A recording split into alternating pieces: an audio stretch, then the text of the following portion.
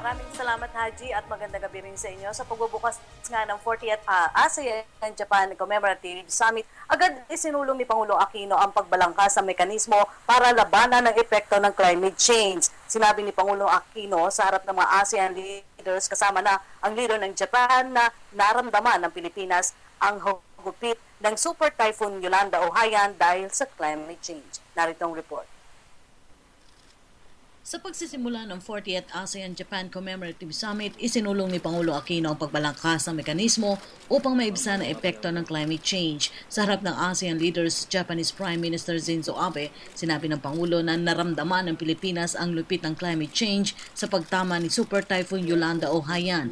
Umaasa kasi ang Pilipinas na maging bahagi ang usapin sa idaraos na Third World Conference on Disaster Risk Reduction sa Japan sa taong 2015.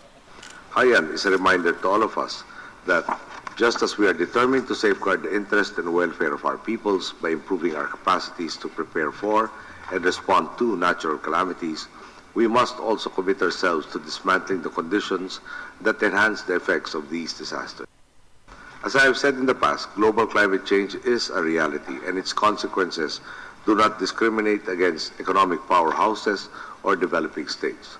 I respectfully submit that less industrial nations such as mine bear a disproportionate amount of suffering from the effects of climate change. We live in a single planet, and it is incumbent upon all of us, especially for the countries that have the capacity to contribute significantly in combating climate change, to come up with an equitable mechanism that every nation, every corporation, and every individual will adhere to. I have personally witnessed the degree of devastation brought by Haiyan. And it's my belief that we all have a crucial role to play in ensuring that my nation, or any nation for this matter, does not once more suffer through a tragedy of this scale. The Philippines therefore looks forward to the Third World Conference on Disaster Risk Reduction in 2015 here in Japan, as it will provide us another opportunity to develop concrete steps towards not only building more resilient communities, but also in addressing climate change and natural disasters. Formal na rin pinasalamatan ng Pangulo ang international community dahil sa agarang tulong na ipinakaloob sa Pilipinas dahil sa killer typhoon. Ipinabot na rin ni Pangulo Aquino ang hangarin ng Pilipinas na magbenepisyo sa isinusulong na ASEAN connectivity paloob ang infrastructure connectivity projects ng Japan. Sinuportahan din ng Pilipinas ang deklarasyon ng Japan na bigyan ng mahalagang papel ang mga kababaihan. Git ng Pangulo, mahalaga ito sa harap na rin ng pagbangon ng bansa sa hagupit ni Haiyan. Let me take this opportunity to once again thank all the countries that generously made available the use of their aircraft, ships, and other vessels and allowed us to bring the goods and humanitarian teams to affected areas.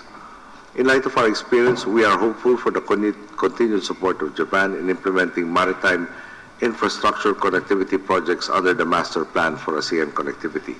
In this regard, the ASEAN-Japan Workshop for PPP Infrastructure Development, which was recently held in Jakarta, is a step in the right direction. Just as we are determined to build disaster-resilient communities, we too are committed to fostering inclusiveness and openness in society.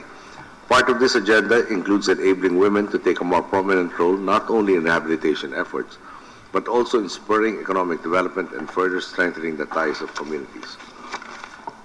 The Philippines in this regard welcomes the declaration of Prime Minister Abe to create a society in which women shine. Close quote. This is a vision our administration shares as we have constantly worked to empower women in our country, whether by implementing initiatives in health and education or by that all Filipinos have equal access to opportunities. Sa pagdalo ng Pangulo, umabot sa $287 million ang nakuhang tulong sa ilalim ng post-disaster response dahil kay Yolanda at pagbili ng 10 multi-role response vessels sa Philippine Coast Guard. Samantala na sinulong muli ni Pangulong Aquino yung pagresolba sa mapayapang paraan sa usapin ng West Philippine Sea. Nanawagan rin si Pangulo Aquino sa iba pang mga leaders na tiyakin ang peace and security sa rehiyon sa harap na rin ng Air Defense Identification Zone ng China. Narito ang report. Nanawagan si Pangulo Aquino na panatilihing matatag ang kapayapaan at kaayusan sa rehiyon. Sa 40th ASEAN-Japan Commemorative Summit, sinabi ito ng Pangulo sa harap ng Air Defense Identification Zone ng China. Ayon sa Pangulo, lumikha ito ng concern sa usapin ng international civil aviation, safety and security. The Philippines' call for the peace and stability in our region is amplified by recent developments in the East China Sea on the establishment of an air defense identification zone, which raises concerns over international civil aviation, safety, and security. We all should view with greater concern recent pronouncements of Chinese officials that China will establish other ADIZs in due course after completing relevant. Excellencies, as we move to deepen our partnership, we must never forget that we can only maximize our opportunities for growth in a wider regional international community in which all nations adhere to the rule of law and work to promote peace and stability. It is therefore incumbent upon all of us to remain committed to the principles of international law and to continue to engage each other in a positive and productive manner as we tread the straight path to mutual prosperity and advancement in the Asia-Pacific. Nagtayo ng Air Defense Identification Zone ng China sa gitna na rin ng mainit na usapin ng territorial dispute sa West Philippine Sea. Pero pagtiyak ng Pangulo, hindi gagawa ng pagkilos ang Pilipinas na ibayo pang magpapainit ng sitwasyon. Gate ng Pangulo, re-resolbahin sa mapayapang paraan ng usapin sa ilalim ng legally binding na ASEAN Code of Conduct, pati na ang nauna ng paghahain ng Pilipinas sa International Tribunal. It is also in the interest of securing a more stable future for our people in our region that the Philippines is pursuing a two-track complementary approach to disputes in the sea known by many names. This approach is both peaceful and rules-based. To manage tensions, we are advocating the conclusion of the legally binding Code of Conduct as soon as possible. To resolve disputes, we are pursuing arbitration. The Philippines views arbitration as an internationally recognized forum for the peaceful settlement of disputes. In addition to clarifying entitlements and the corresponding obligations, arbitration promotes the rule of law and redounds to the benefit of all parties. Suportado rin ng bansang Cambodia, Vietnam at Malaysia ang pagsusulong ng matibay na Code of Conduct sa loob ng ASEAN, pati na rin ang tinatadhana ng United Nations Convention on the Law of the Sea or UNCLOS. Bukod sa Pilipinas at China, may inaangkin rin teritoryo sa West Philippine Sea ang Brunei, Taiwan at Vietnam.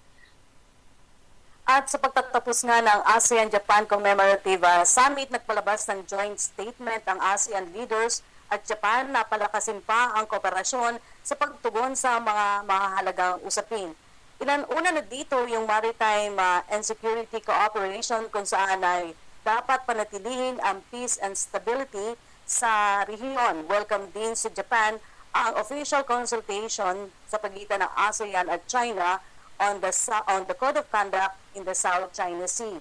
Samantala, ang free and safe maritime navigation and aviation ay nakapaloob naman dito ang pagpapalakas sa operasyon ng air at maritime linkages. Suportado rin ng ASEAN leaders ang kooperasyon sa pagtiyak ng freedom of overflight at civil aviation safety at batay na rin ito sa itinatadhana ng international law, kabilang na dito ang 1982 United Nations Convention on the Law of the Sea or UNCLOS. Binigyang halaga rin ni Pangulong Aquino ang paglago ng ekonomiya sa riyon at kasabay na rin ang pagbuo ng framework sa ilalim ng United Nations Framework Convention on Climate Change.